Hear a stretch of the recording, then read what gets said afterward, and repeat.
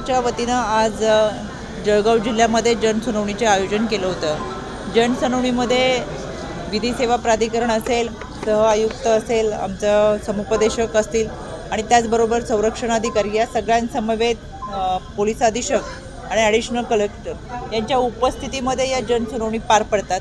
आम्ही जवळजवळ 6 ते 7 पॅनल केले होते। सुरुवातीला 3 पॅनलमध्ये जनसुनावणी होती, पण तक्रारदारांची संख्या वाढल्यामुळे 5-6 पॅनलमध्ये आजची जनसुनावणी पार पडली। यामध्ये 94 तक्रारी दाखल झाल्या। 94 तक्रारीमध्ये 4 तक्रारदार जे होते, अर्जदार आणि गैर अर्जदार, यांचं काउन्सिलिंग केल्यामुळे त्यांनी समेट घडून आणला आणि अशा पद्धतीने 4 कुटुंब एकत्र आम्हाला त्या जनसुनावणीच्या माध्यमातून एकत्र करता आलं, याचं समाधान आहे। बहुतांश तक्रारी ह्या कौटुंबिक हिंसाचाराच्या होत्या, जमिनीच्या वादामधल्या काही तक्रारी होत्या। अशा सगळ्या तक्रारींचं स्वरूप आजच्या या जनसुनावणीमध्ये होतं। विधी सेवा प्राधिकरणाकडे मोठ्या प्रमाणात आलेल्या तक्रारी होत्या। खरं तर घटस्फोट घेईपर्यंत जो कौटुंबिक हिंसाचारातून मेंटेनन्स दिला जातो, पण त्या मेंटेनन्सची अंमलबजावणी न झालेली किंवा गैरअर्जदारच उपस्थित न राहिलेले अशाही तक्रारी होत्या।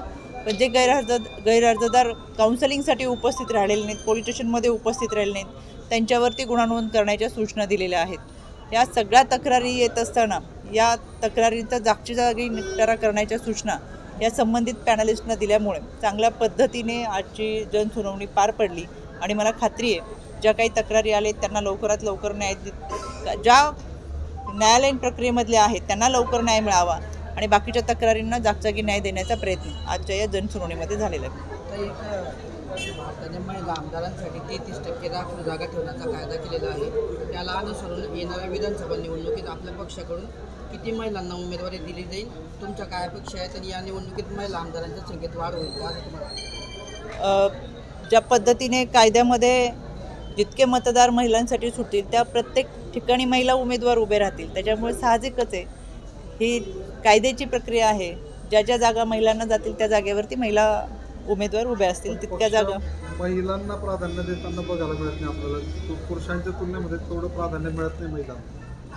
आम्हाला असं वाटतं की जर जागा महिलांना सुटल्या तर महिला उमेदवार द्याव्या लागतील। जसं आपण पाहिलं स्थानिक स्वराज्य संस्थांमध्ये त्या जागा जिथं महिलांना आरक्षित येतात, ते सरपंच पदापासून असतील, जिल्हा परिषद, पंचायत समिती, त्या ठिकाणी महिला उमेदवार दिलेत आणि त्याच्यामुळे महिलांची संख्या मोठ्या प्रमाणात वाढलीत। निम्म्याच्या टक्क्याने महिला सरपंच आपल्याला दिसतात प्रत्येक ठिकाणी। म्हणजे ह्या आरक्षित जागा दिल्यामुळे महिला सरपंच पदासाठी उमेदवार दिले गेले, महिलांनी चांगल्या पद्धतीचं प्रतिनिधित्व केलं आणि अशाच पद्धतीचं विधानसभेला सुद्धा चिन्ह आपल्याला दिसेल। आपल्या पक्षाकडून पण जर राखीव निघाल्या मतदारसंघामध्ये तर आपल्या पक्षाकडून महिलांना उमेदवारी दिली जाईल का विधानसभेत? नक्की, निश्चितपणाने आपण उमेदवारी। खडसेंनी टीका, काल तुम्ही म्हटलं होतं की खडसेंच्या परिवारात कोणत्या पक्षात हे काही कळत नाही, त्याच्यावरती त्यांनी आज टीका केली आपल्यावर। तुम्ही शरद पवारांकडे होता, आता अजितदादांकडे आहात आणि दुसऱ्याच्या घरात डोकवू नका असं त्यांनी सल्ला दिला। 1999 पासून माझ्या सासूबाईंना अजितदादांनी उमेदवारी दिली होती, तेव्हापासून 1999 पासून आमचं चिन्ह घड्याळ आहे, आम्ही पक्ष नाही बदललेला।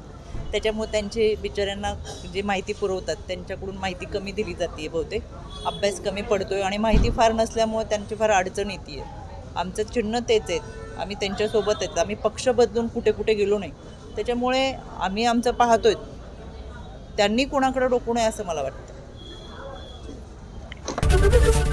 एबीपी माझा, उघडा डोळे बघा नीट।